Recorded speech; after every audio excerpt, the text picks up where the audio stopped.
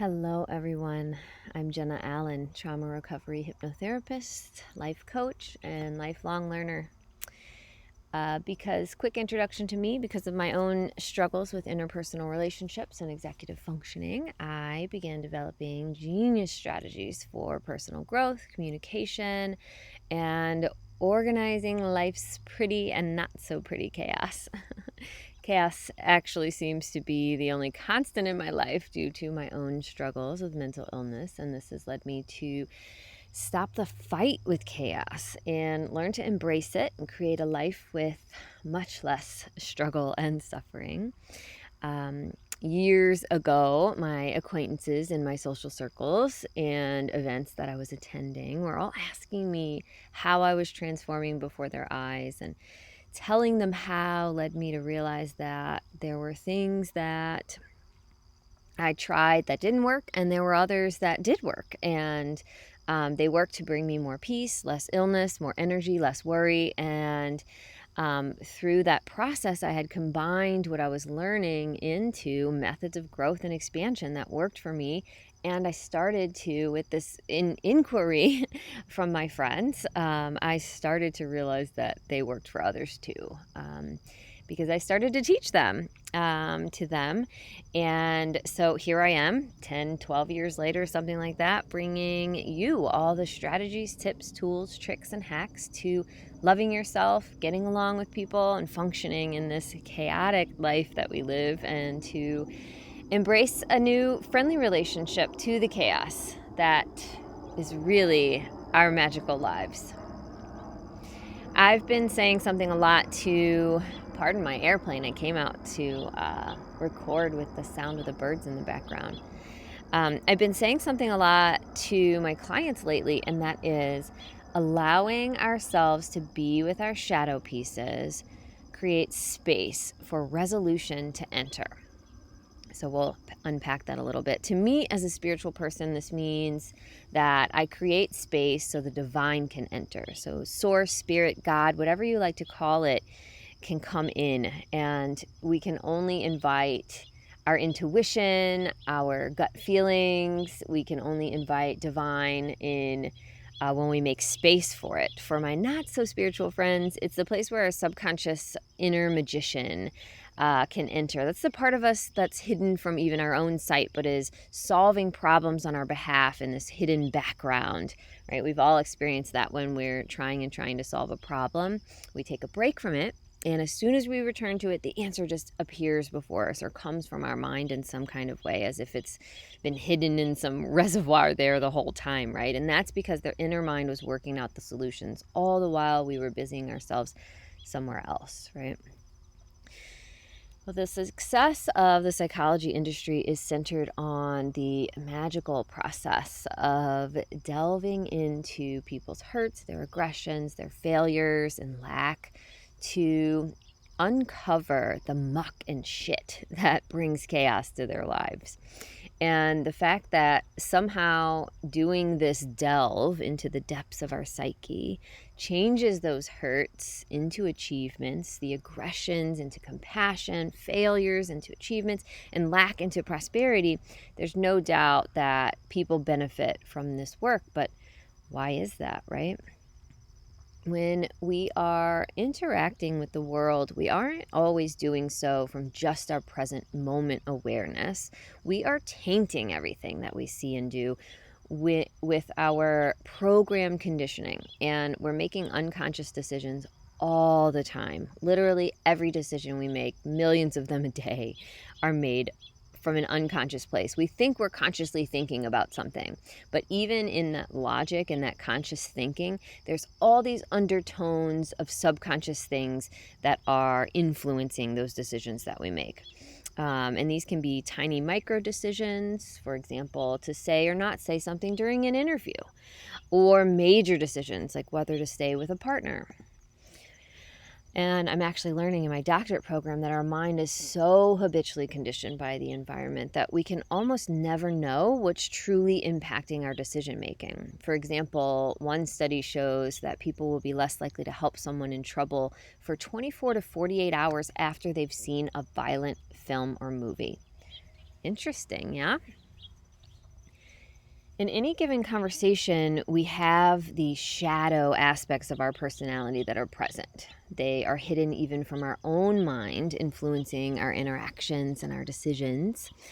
Minute decisions that we're making in every moment are having an impact on what we do, and what we do impacts how we manifest in the world. Whether what we're manifesting is in alignment with our conscious desires or in alignment with our hidden unconscious fears and programming, right? And really quick, programming is just cultural and societal conditioning, right? We learn things growing up and they kind of stick with us and they stay with us in the subconscious mind, and we make decisions from there for the rest of our lives, and not even realizing that this is what's happening. So that's just one example, but we are interacting with these conditioned responses literally all day, every day. It's kind of like walking around in a dream, guided by these subconscious impulses and making decisions that really ultimately only half stimulate or partly satisfy us, right? And bring us to a partly satisfactory life.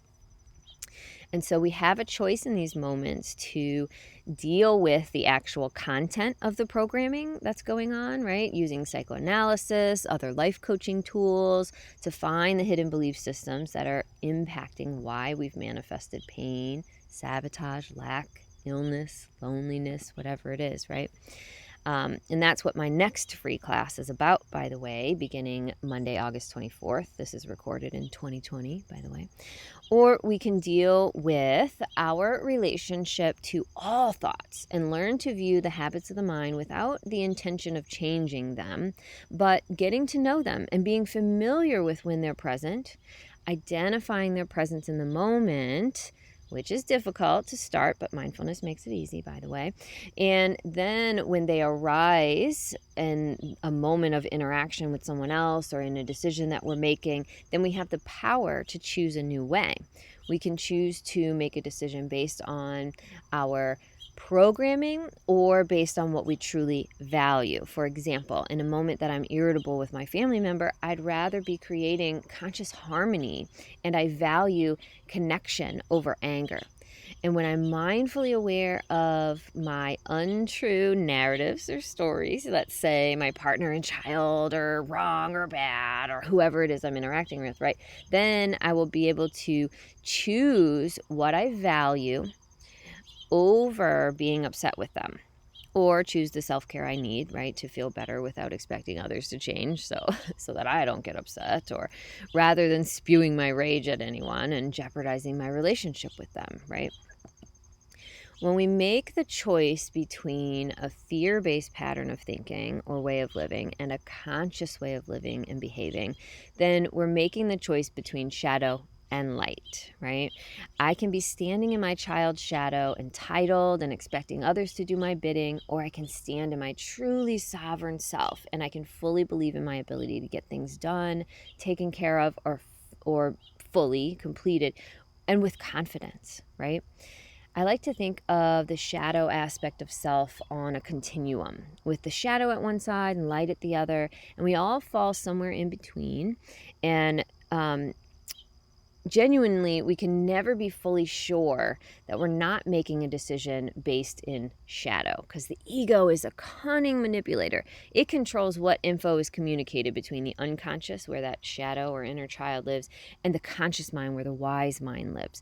So we can think that we're doing something for all the right reasons and logically even convince ourselves that we are, when really there's a fear-based reason for our decision. And fear-based decisions never go well. They always end in a result that we do not desire, always. And I think that's part of the magic of the universe. That's how we know. We can look back and we can say, oh, I remember how I felt when I was making that choice. And I was in my shadow then. Okay, so now I can see the result and choose differently next time, right? So I'd say it's in our best interest to learn how to tell the difference more often between the shadow and light aspects of ourselves.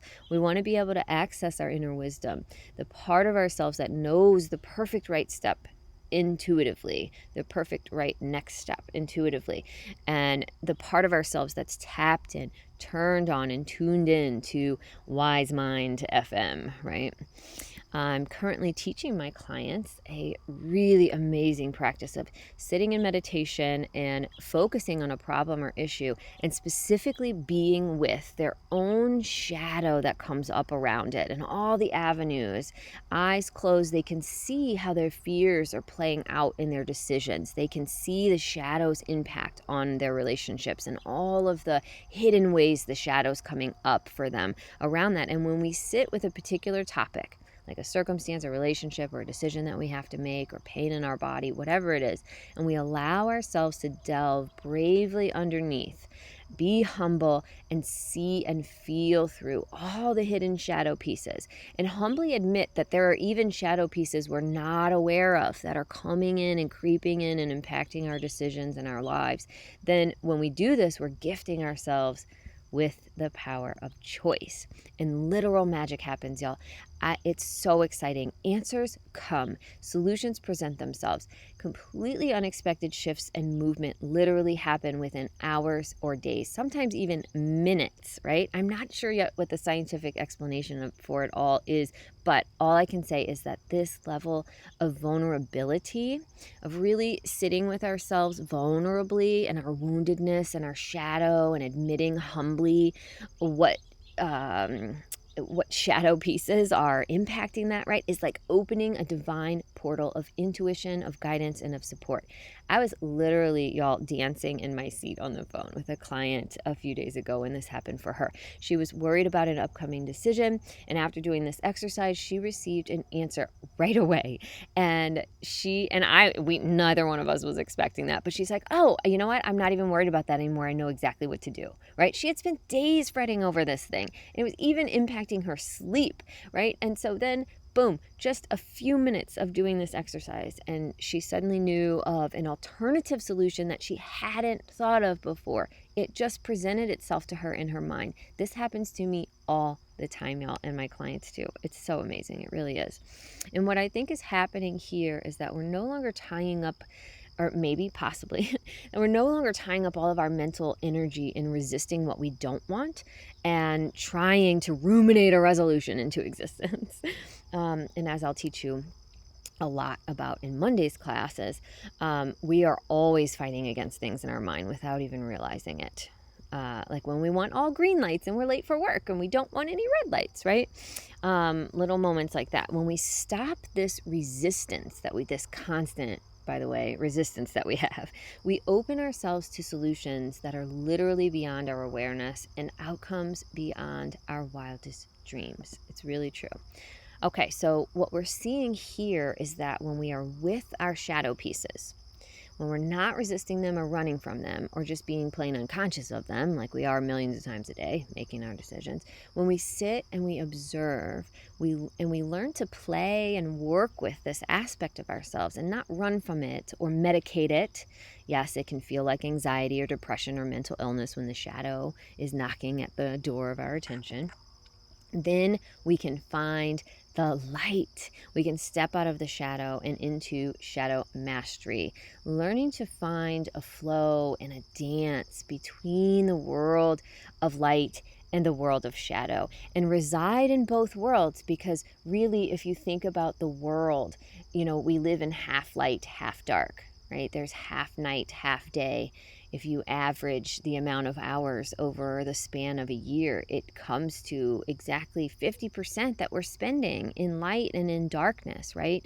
And so we want to honor our darkness and even be able to start to laugh it off with people and be like, oh, my ego's telling silly stories again. There it goes, right? In my relationships with my girlfriends, we have lots of conscious conversations like this, and it's really actually relieving, and it takes so much pressure off to be able to just be in our shadow pieces and know that and talk about them and see that and laugh them off. Rather than have them actually pushing people away and tainting our relationships. Very interesting, right?